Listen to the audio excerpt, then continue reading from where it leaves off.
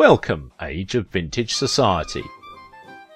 Known as one of the most prominent beauties of the 1960s, Ursula Andress managed to wield her looks like a weapon to carve her way through the world of movie making. Her gorgeous, unforgettable scene in Dr. No may have made her famous, but she's definitely more than just a pretty face.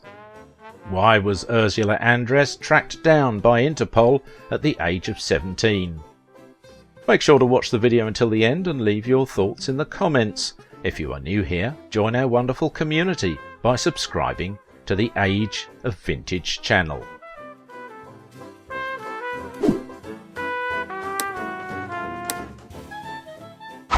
Ursula Andress, Beyond the White Bikini. Ursula Andress, the Swiss, the first Bond girl. Ursula Andress, no Hollywood careerist, found fame and has enjoyed a very lucky life regardless. Each time a new James Bond movie is released, numerous articles are published about every aspect imaginable. But apart from the gadgets and locations, one of the major talking points are the Bond girls. The author Ian Fleming envisioned the character of Honey Rider as Botticelli's Venus seen from behind. The producer, Cubby Broccoli, remarked, "She had to be strikingly beautiful, voluptuous, but with a childlike innocence. As Bond's first screen heroine, she had a key role." A girl from Oostermundeigen near Bern happened to be at the right place at the right time, Ursula Andress. Little did she know that her small part in James Bond's first movie would transform her into a glamour queen. She would be remembered for life. Dr. No, the first James Bond movie, and Casino Royale, the unofficial Bond movie, have Ursula Andress as a common denominator. She played the iconic Honey Rider in the 1962 flick, while she essayed the role of Vesper Lynd in the 1967 movie. Ursula Andress will always be remembered for her audacious roles in skimpy outfits, especially in her portrayal as the first James Bond girl. Thanks to her role in Dr. No that jump-started her successful career, Ursula Andress became an icon of beauty and a staple for films with sultry characters. However, there is more than meets the eye of the beautiful and talented actress. What the industry always wanted, Andress always had it in her. The quintessential jet-set Euro starlet, Ursula Andress was born in the Swiss canton of Bern on March 19, 1936. One of 6 children in a strict German Protestant family. Andress lived in quite a busy household. Her father was an important German diplomat, and they lived in a huge house. Your first thought may be that Andress grew up as a privileged, even snobby child, who barely ever needed to lift a finger. You would be incredibly wrong. Her strict parents brought out a restless and somewhat notorious personality in the actress. At the age of 17, with a curious mind and a head that longed to explore the world beyond Switzerland, Andress ran away from boarding school. For instance, she was tracked down by Interpol. She shared about her childhood. "I enjoyed growing up in Switzerland. Like many young people there, I learned to speak French, German and Italian. English came much later because I did not think I would really need it." Due to political reasons, the Swiss government expelled her dad from the country, leaving Andress and her siblings in the hands of her grandfather and mother. Her grandfather, an extremely busy garden designer, now had 6 kids to look after on top of everything else, and he wasn't exactly the type to dote on his grandkids. No, when he got his hands on Andress and her siblings, he put them to work. Far from being waited on hand and foot, Andress grew up doing back-breaking labour for her grandfather. He immediately put Andress to work in his huge nursery, and if you're imagining that she leisurely meandered around, smelling the roses, think again. After working all day in the greenhouses, she cleaned out the grimy furnaces at night. The hard work made her disciplined and independent, 2 handy traits to have when she finally left home. Although often seeming icily aloof, a restless streak early demonstrated itself in her personality. Andress proved herself quite the free spirit. At the age of 17, the surprise visit of a French film crew to her school in Bern changed the course of Andress's entire life. The film crew was there to film L'Affaire Mauritius, starring total dreamboat Danielle Guélin. One look at Guélin was enough for a young teenaged Andress to fall head over ears in love.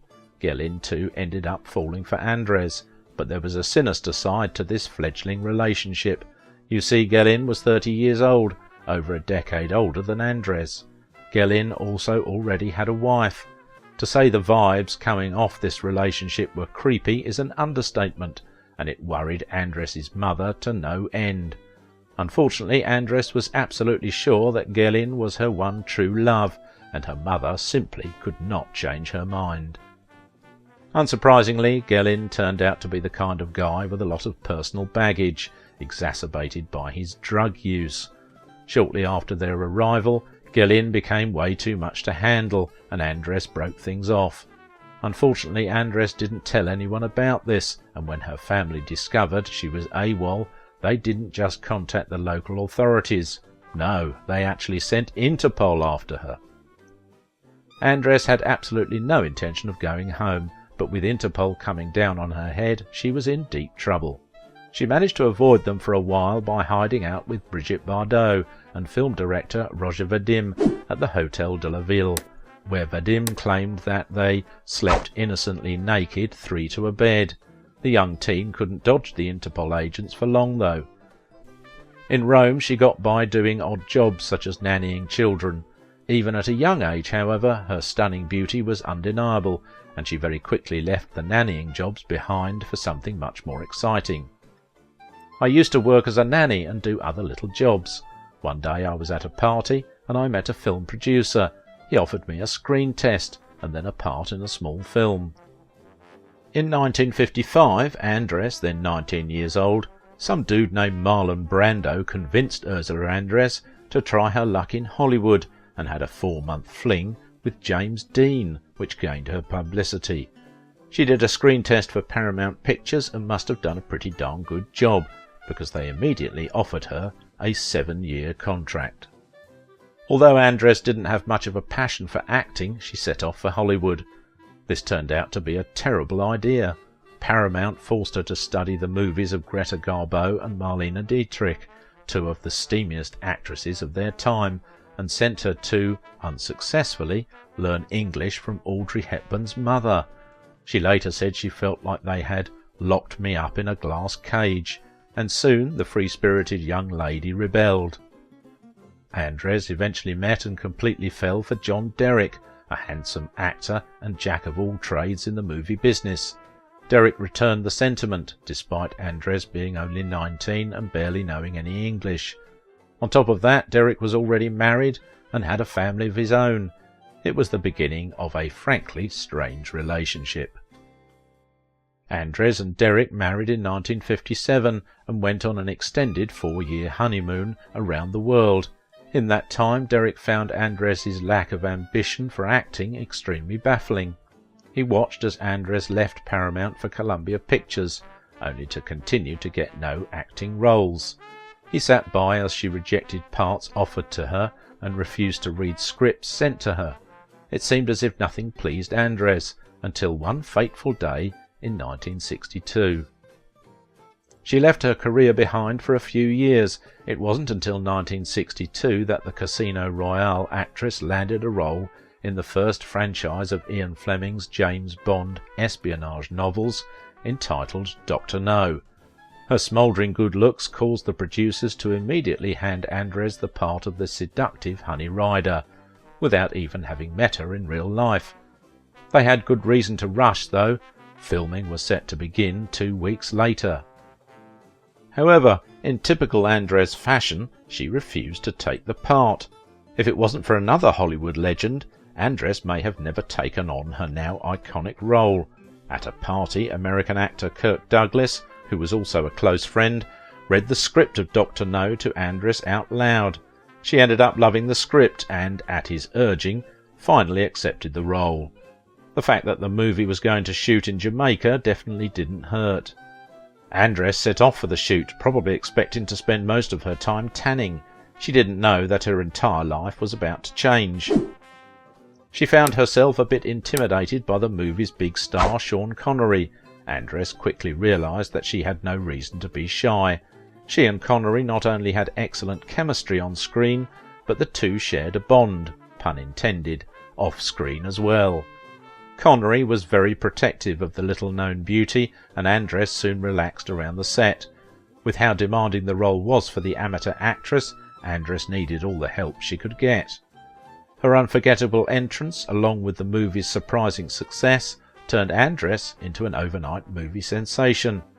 Despite having a strong Swiss-German accent that had to be voiced over, she had a strong screen presence that left an impact on moviegoers, and dubbing her as one of the world's most desired women. It wasn't long until Andress appeared alongside Elvis Presley in Fun in Acapulco, Woody Allen in What's New Pussycat, and Dean Martin in Four for Texas. Films in both Europe and the United States saw the rising star, including the movies The 10th Victim, The Blue Max, Casino Royale, Perfect Friday, Red Sun, Loaded Guns, The Sensuous Nurse, and Slave of the Cannibal God. Andress is often cited as the original Bond girl. Her introduction scene, she walks out of the sea in a white bikini with a diving knife on her hip, is an iconic moment in cinema. Andress won the Golden Globe for New Star of the Year for the role, and went on to pose for Playboy soon after. The actress also had an illustrious film career. She co-starred with Elvis Presley, with Frank Sinatra and Dean Martin, and with Laurence Olivier and Harry Hamlin, the father of her son Dimitri, in 1981's Clash of the Titans. After welcoming Dimitri, Andress's acting career slowed down, transitioning to small television movies since the mid-1980s. It may be itsy-bitsy, but the bikini has left a rather large mark on pop culture. When World War II finally came to an end, those two pieces of fabric became a symbol of female expression, and in 1960 the bikini found an anthem, Itsy Bitsy Teeny Weeny Yellow Polka Dot Bikini, and was catapulted into stardom. All of a sudden the war was over, and there was this newfound freedom. People, they were exposing their skin to the sun, and they really wanted to do something completely different, and the bikini was so different. It was such a shock and such a scandal. And who better to fuel the scandal than actress Ursula Andress? When the bikini-clad beauty emerged from the ocean in the first James Bond film, men wanted her, and women wanted to be her. But actresses weren't the only ones wearing them. More recently, professional athlete and model Gabrielle Reece spiked volleyballs clad in a two-piece, proving the bikini is not just a passing fancy. The bikini is not held to a trend. It's not held to the 60s, the 70s, the 80s or the 90s. It's held to a certain lifestyle, a lifestyle that exemplifies freedom and fun. After her relationship with Derek that ended in divorce in 1964, Andress fell in love with Jean-Paul Belmondo, a French hunk actor. A few years later the two went separate ways, and she drew close to her leading man in State Line Motel, Fabio Testi. As the relationship ended, Andress stuck to dating different men, including Dennis Hopper, Ryan O'Neal, Franco Nero and John DeLorean. In 1979 she fell in love and had a serious relationship with her Clash of the Titans co-star Harry Hamlin, whom she had her first child at age 43. After her son Dimitri Hamlin was born, Andress had to focus on European productions while raising her boy in Italy. Despite a new child, the marriage never came to be.